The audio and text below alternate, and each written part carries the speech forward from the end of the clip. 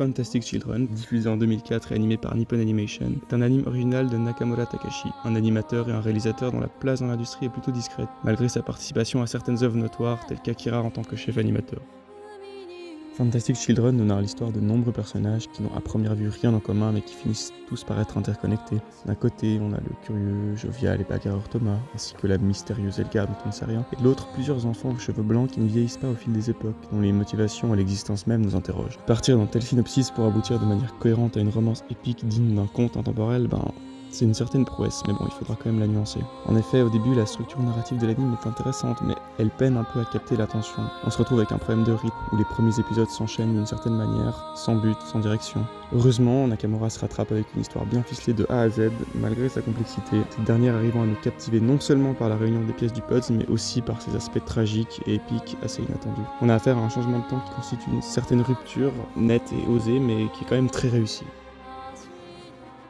S'agissant des personnages, ils commencent par être presque symptomatiques du conte comme genre littéraire. Ils servent l'histoire plutôt que d'avoir une réelle profondeur. Puis, avec les révélations qui s'enchaînent, l'anime projette pour certains d'entre eux une nouvelle dimension permettant aux spectateurs de s'y attacher, à un tel point qu'on finit sincèrement par être émotionnellement investi, que ce soit positivement ou négativement d'ailleurs.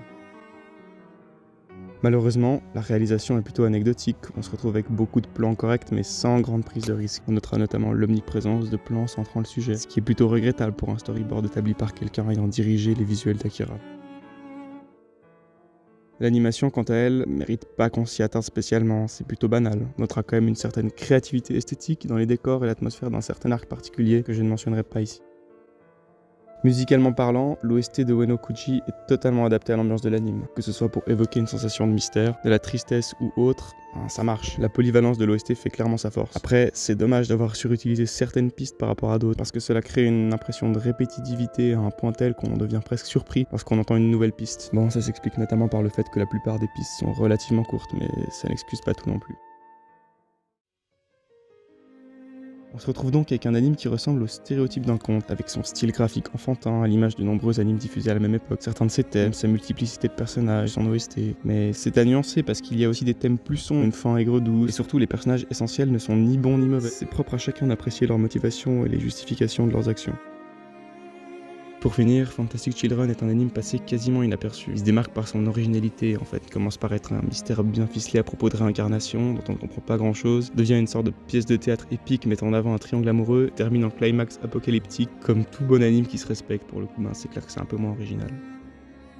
Je lui octroie donc la note de 7,5 sur 10, c'est-à-dire très bien. Dans l'ensemble, il y a peu de défauts, si ce n'est surtout le rythme au début, mais l'anime pourrait avoir plus de qualité, surtout concernant sa présentation et le développement de ses thèmes.